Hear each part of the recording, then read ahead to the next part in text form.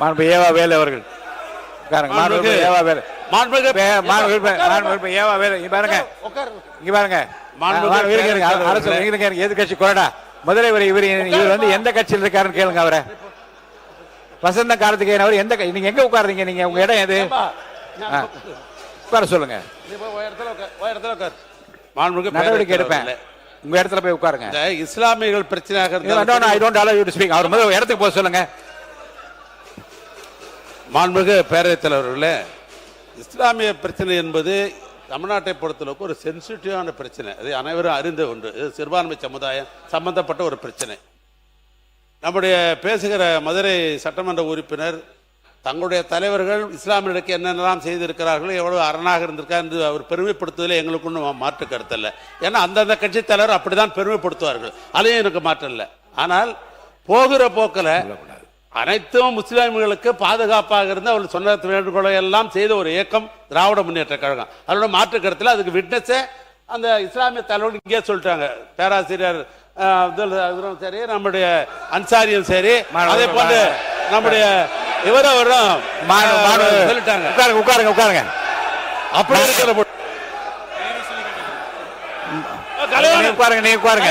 இடத்துக்கு போப்போம்.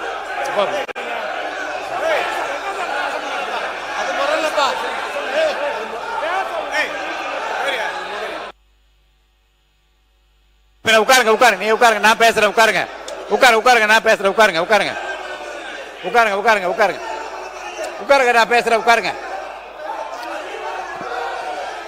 ஏனுங்க மாணவர் உட்காருங்க, நீங்க உட்காருங்க உட்காருங்க உட்காருங்க உட்காருங்க உட்காருங்க உட்காருங்க உட்காருங்க என்ன இருங்க இருங்க இருங்க உட்காருங்க உட்காருங்க உட்காருங்க உட்காருங்க எல்லாம் உட்காருங்க எல்லாம் உட்காருங்க உட்காருங்க உட்காருங்க. முதல்ல மாணவ பள்ளிக்கல்வித்துறை அமைச்சர் நீங்க ஒரு இத ஒரு உங்களுக்கு எல்லாரும் உட்காருங்க, எல்லாம் உட்காருங்க, ஒரு நொடி உட்காருங்க உட்காருங்க, அமைதியா இருக்கு. மாணவ பள்ளிக்கல்வித்துறை அமைச்சர் முடிங்க. இல்ல முத விஷயம் அந்த சப்ஜெக்ட் போறதுக்கு முன்னாடி ரொம்ப நாளாவே என்னன்னா இது நாம ஏத்துக்கொள்ளவே கூடாது. அது கொரோனா நாளா யோசிக்கணும். இப்ப என்ன நடந்தது கேமரால காட்டினாங்களா தெரியல. அவரு மாண்புமிகு சட்டமன்ற உறுப்பினர் தான் இடத்தை விட்டு வசந்தம் கார்த்திகேயன் அடிக்கிறதுக்கு பாஞ்சு வந்து ஏவா வேலைன்னா கட்டி பிடிச்சு அணை கட்டி தடுக்கிறார். மதிப்பிற்குரிய பூண்டி கலைவாணன் அண்ணன் அங்க இருந்து நடுகரத்துல வந்து அடிக்கிறதுக்கு வராரு. இந்த உருட்டல் மிரட்டல்களாம் பதிப்படக்கூடிய கட்சி தமிழக வெற்றி கழகம் அல்ல.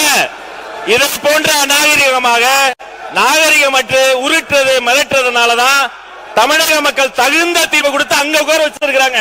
தொடர்ந்து நான் பாத்துக்கிட்டே இருக்கிறேன்.